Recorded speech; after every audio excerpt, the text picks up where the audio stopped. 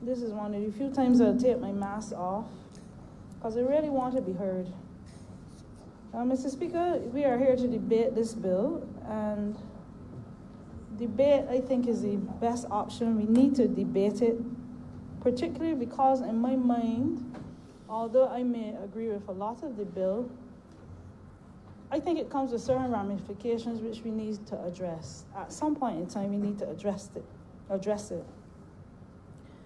Some of these ramifications, apart from the decriminalization, which we all heard the pros for, I have issues and ramifications with respect to religion.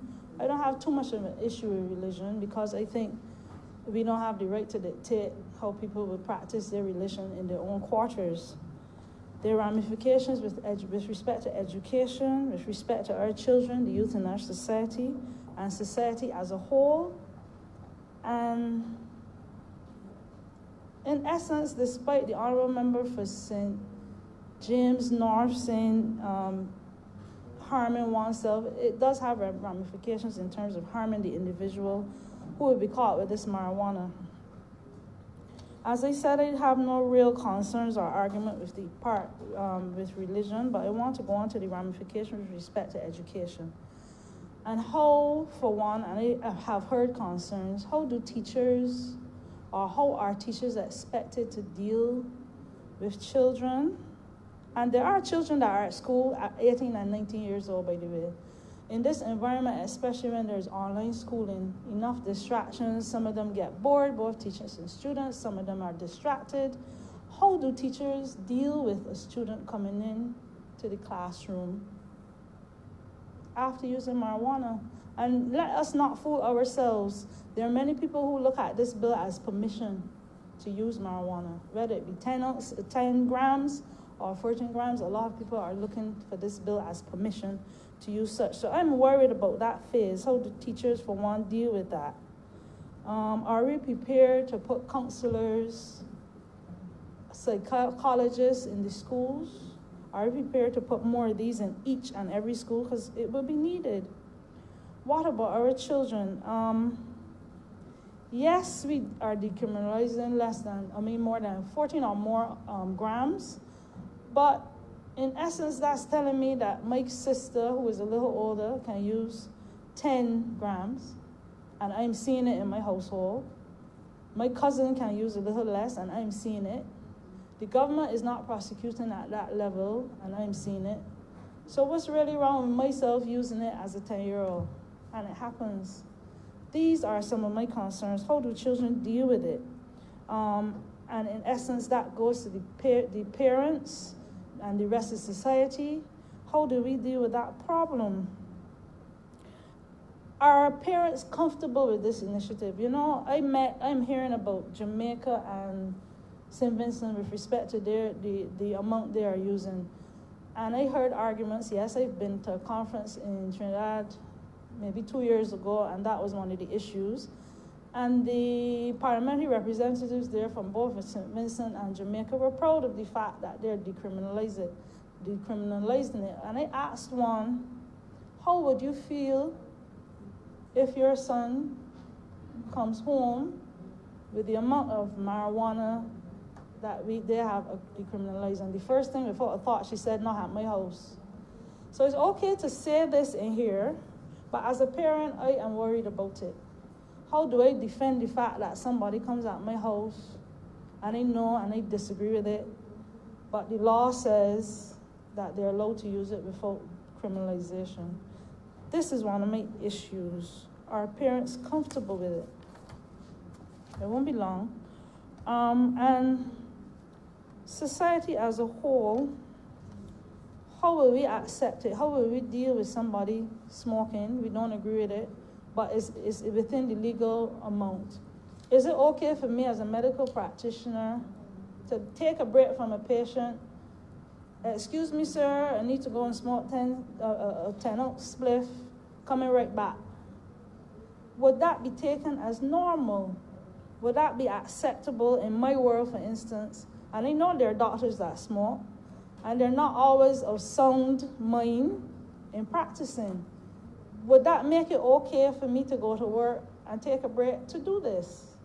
When I know my patients watch me and emulate what I do, would it be okay for you to go to court, take a break, and smoke a spliff, Mrs. Speaker?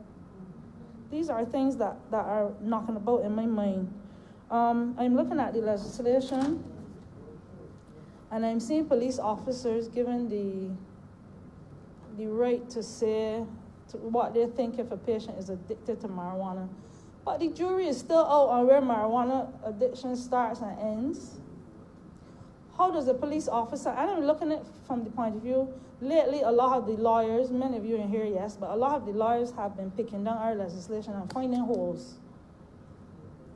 If I, as a person, decided to disagree with the police officer and I go to court, can a lawyer decide to say, did you wear the marijuana? How do you know the difference between 14 ounces and 14 grams, and 12 grams? How do you know that this what's the name? The people you represent, the accused, was addicted to marijuana? What gives a police officer the right to decide, I'm a psychologist now, and I think you're addicted to marijuana? Some of us doctors don't even know, because it's a complicated world. Are we going to train police officers? Are they going to walk with scales? Are they going to... This is my issue. How does the police officer get into the realm of deciding psychologically if an individual is addicted to marijuana? This is one of the problems I'm seeing coming up in court. And I'm not being the bad John. I'm looking for the areas of concern. Because I believe in any parliament, there has to be, and it's a fair parliament, there has to be the other side that we can consider. That's my belief. That is one of my issues.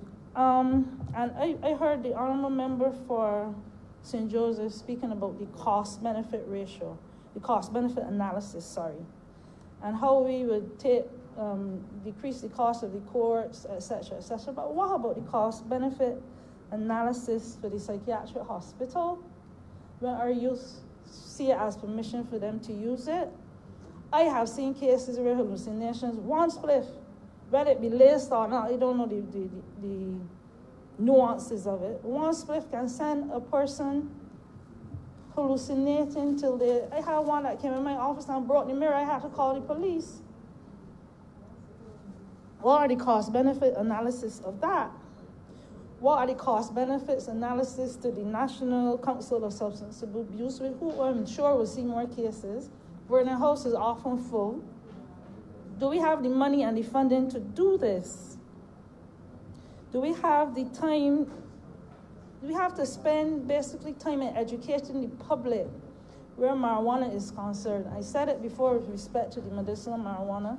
We need to educate the public in what marijuana does to a young mind, the dangers of marijuana use and the other substances within the marijuana that can harm you, whether it be vaping or smoking. We need to educate, I think, first of all, before we can take this step fully, or while we are taking this step, educate the population.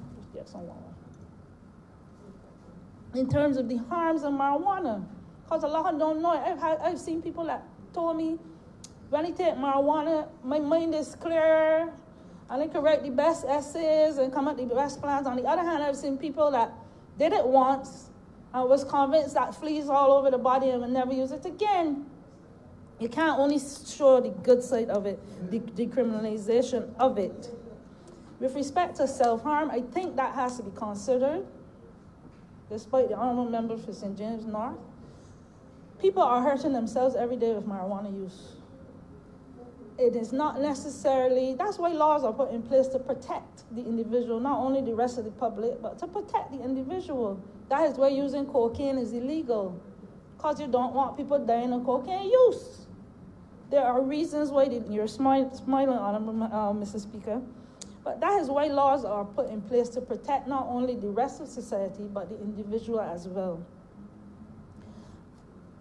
The other question I had is, at what point does it become criminal, the use of 14 grams become criminal? Why I say this, when this was first discussed way back, on Facebook, one of my Facebook friends. She's a little crass, but the thought that she was trying to express got home to me. She says, okay, $200, let me pay $1,000 up front. I don't have to go to court. A lot of people see this as a joke. At what point? I use marijuana now, I pay my ticket, $200. Next month, they catch me, I pay my ticket, $200. Next month, till the whole of December, at what point do they say, let's go to prosecution? I have not seen it here in this legislation. I may have missed it, but I have not seen it. So correct me if I'm wrong in your wrap-up, AG. But there has to be a point, and I'm wrapping up now, I'm always short, where we have to draw the line somewhere. The Attorney General said we have no plans of making marijuana legal. Fine, great. But who's to say in another 20 years, some government, I believe, probably none of us would be here, but another 20, 30 years, some government decides, once you're not harming somebody else, you are free to use half ounce of cocaine. Who's to say that? Who's to say that some government in the future, another 4 or 5 terms, decides let's make marijuana legal? We really can't say that. No, we can't really say that. These are some of my concerns. We need to draw the line and decide upon what makes the fabric of our society. It cannot always be what the other jurisdictions accept. I firmly believe that Barbados has its own identity and social fabric. The church comes in, and we're always asking the church to participate in matters and to lead the youth. How did the church get in there? What will people like the Honorable Leader of the Opposition get up and tell his congregation, when this is passed, is it okay for you to use marijuana if it is under a certain amount? These are my concerns. We need to still keep our social fabric intact and not allow it to be ripped. We need to draw the line between marijuana use and not using it. We need to. We've already decided upon therapeutic facilities, which I'm yet to understand, and vaping, when there are issues with vaping as it is with lung disease. We have to decide on the social fabric with respect to things like same-sex unions, decriminalization, marijuana. There are a lot of things that, yes, the international community accepts, but at the same time, we are our own people, and at some point, we have to say this is wrong or right or acceptable or unacceptable. So I am hoping that at the end of this, in the wrap-up, I can get some answers. I think it is worthwhile to give the opposing side, because that's what makes law. If we could fix it to almost to be bulletproof, that is half the battle. We need to listen to the public. Even though this is not with respect to marijuana legalization, but the public needs to have a part in something like this. I'm hoping to see views at some point from what people think. Teachers need to have a say how they will deal with students. Right now, I watch online sometimes, and students all over the place, some of them sleeping, some of them looking at the fly that just passed the room.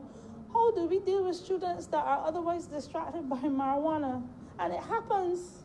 It happens whether we like to admit it or not. There are children under 12 that are using marijuana, and it's detrimental to their brain development and to their health. So these are my concerns, Mr. Speaker. I end here with the hope that I have triggered some sort of response and get the brain juices working. But this is how I feel about it. Thank you.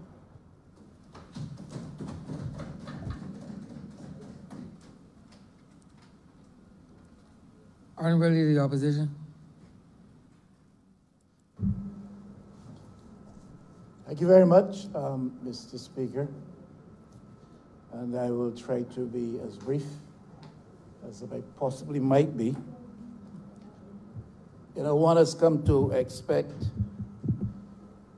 even in our parliament, which reflects a certain level of innocence compared to other parliaments, that members on opposing sides will react in certain ways, sometimes fairly harshly, to opinions coming from that other side. I have to admit, it is a little bit distressing to me today when I observe what I consider to be, and I don't apologize for saying this, the apparent disdain, apparent contempt with which the contribution of the last honorable member who spoke was met by members from her own side.